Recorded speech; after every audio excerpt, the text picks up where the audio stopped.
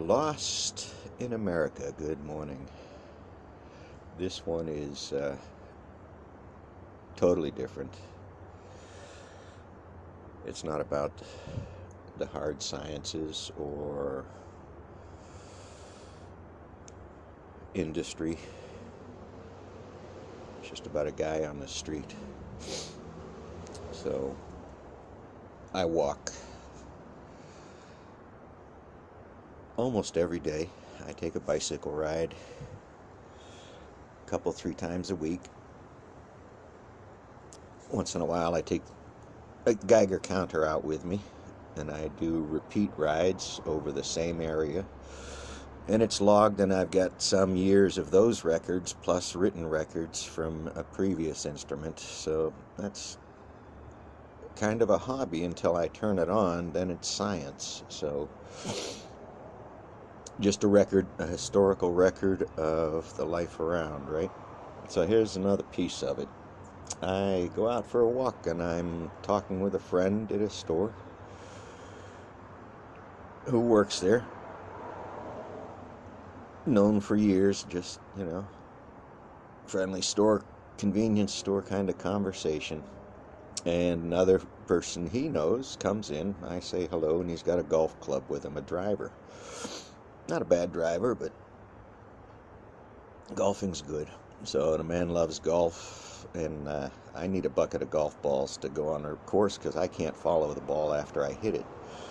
So unless I've got a spotter or two helping me and laughing with me instead of at me, it's a good day out regardless. So this is an older gentleman. This is a skinny gentleman. Just from his appearance, from a far distance, you can tell that he's lived a life. So he's having fun with the golf club, using it like a cane and enjoying it, but you can tell he's got anxieties. And he's also got a can of beer he's having in the morning. So the sun's just finishing coming up and you're starting your day with a beer. So what's he doing out wandering the streets like me, looking scruffy, unkempt? What's his story? Anyway, he's what I'd call the local homeless. These are the folks without a strong community, but have grown up and lived here all their lives. These are the interim homeless.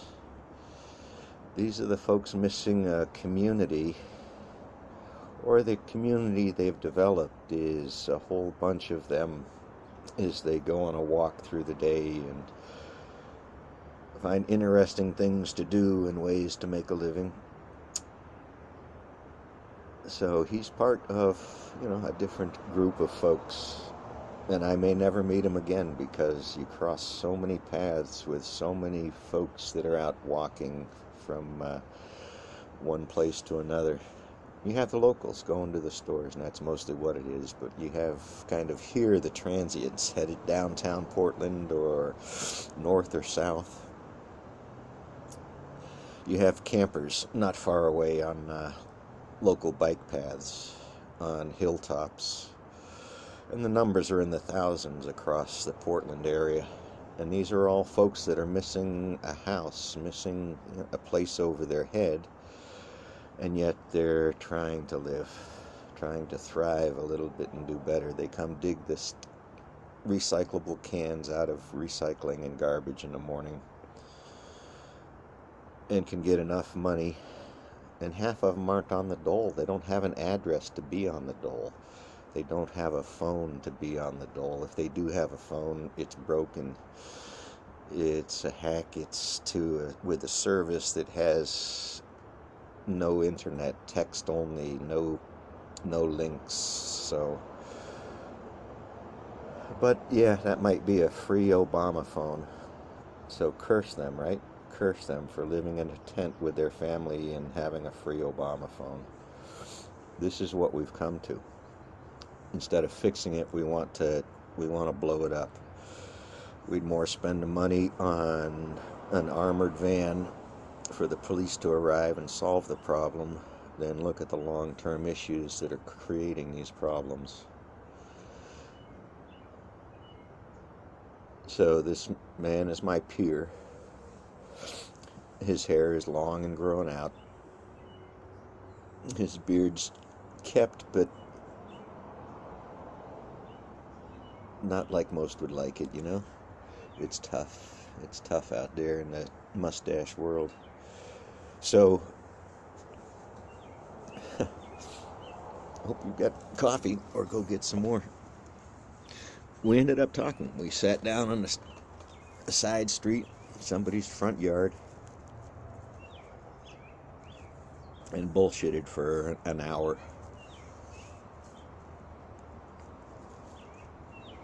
And shared where we've been. He'd been to Michigan. He's into sports. He's into golfing. Anything with a ball he enjoyed.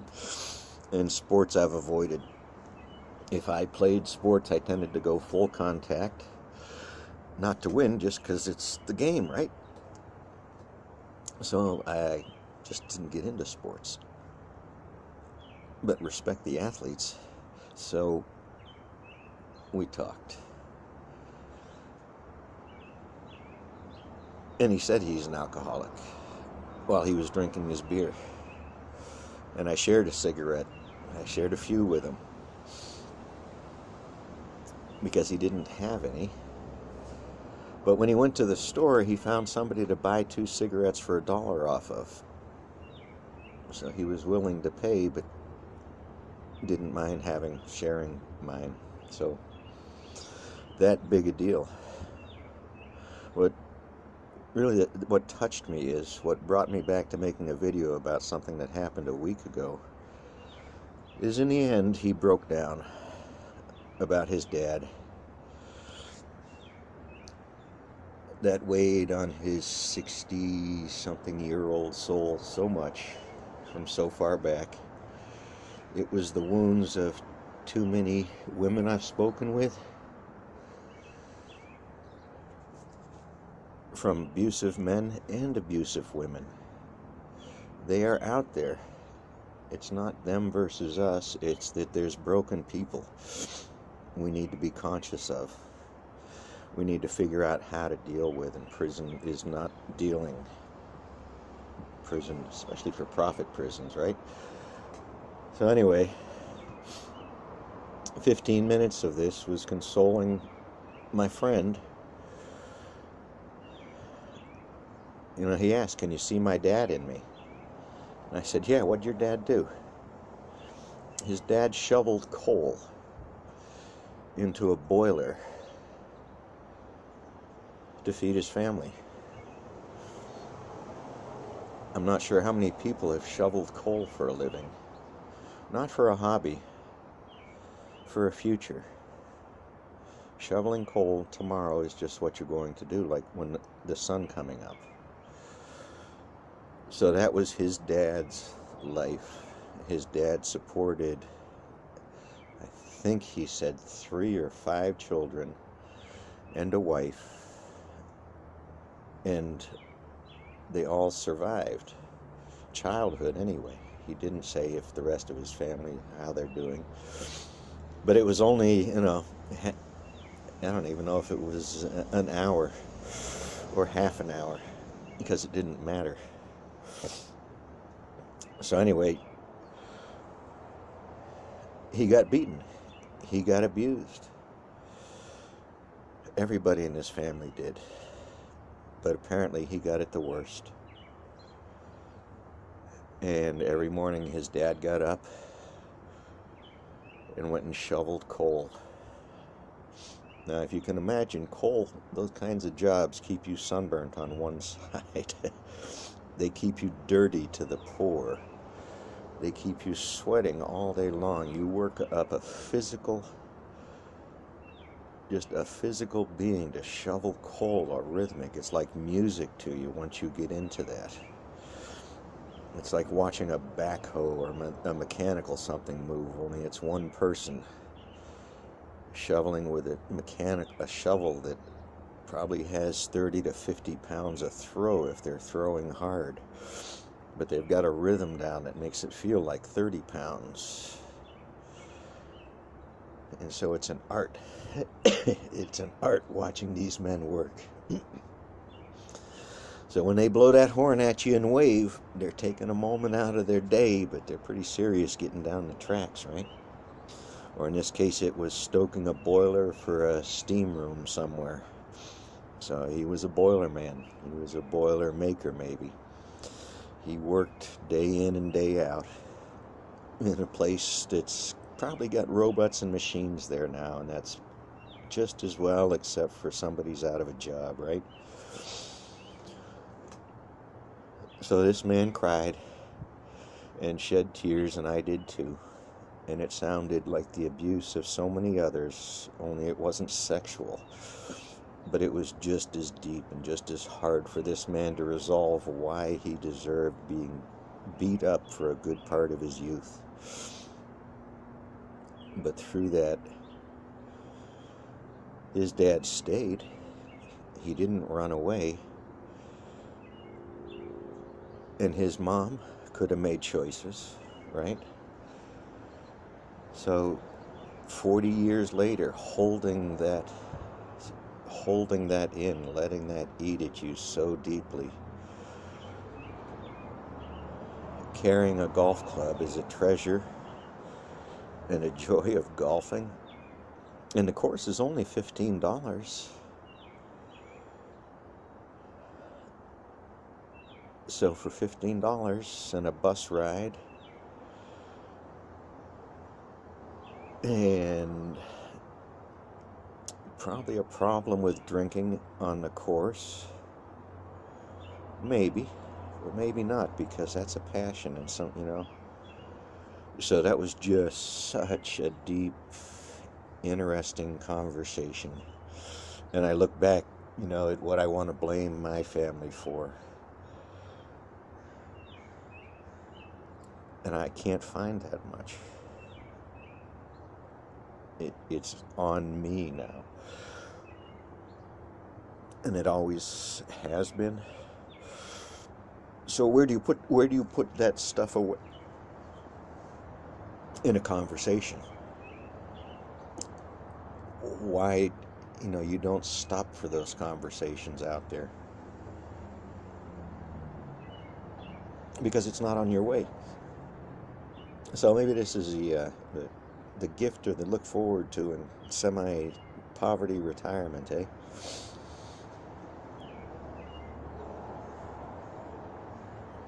Handlebars.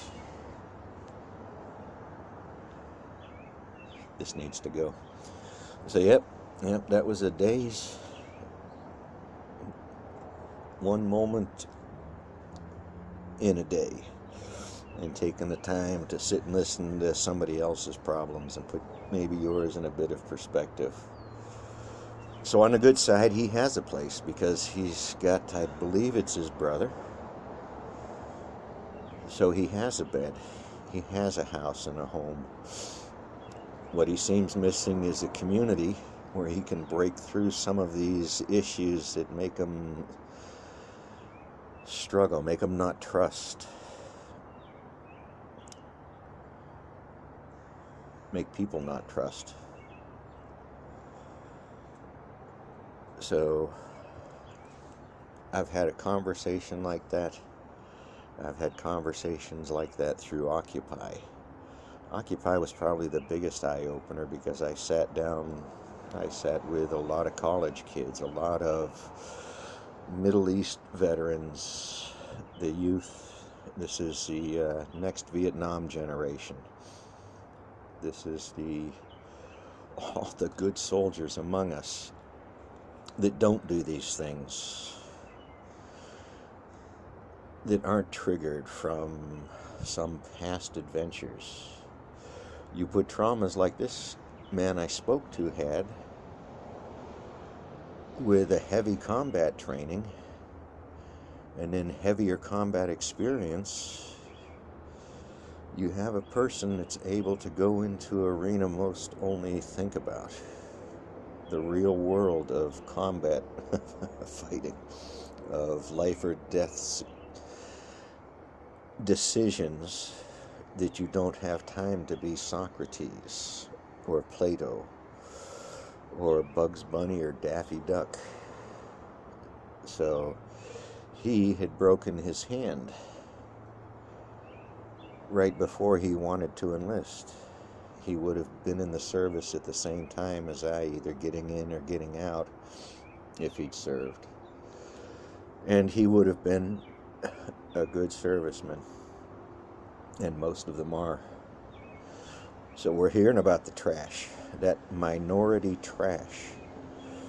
That minority trash. In the Marine Corps, they were the guys that huddled over in a corner in the gym, lifting weights, but not lifting weights with everybody, because there were a whole bunch of colored folks and other folks and white folks that didn't talk that way. They kind of didn't put up with that shit, but that little hubble was over there. That little hubble was outside in town. Little Marine Corps town, Jacksonville, North Carolina, eh? Spent some years living in a trailer park there. Serving. Yeah. No halo here. No fucking halos. So that's something I brought with me. That 4 years in the service. His training, his combat training happened when he was very young.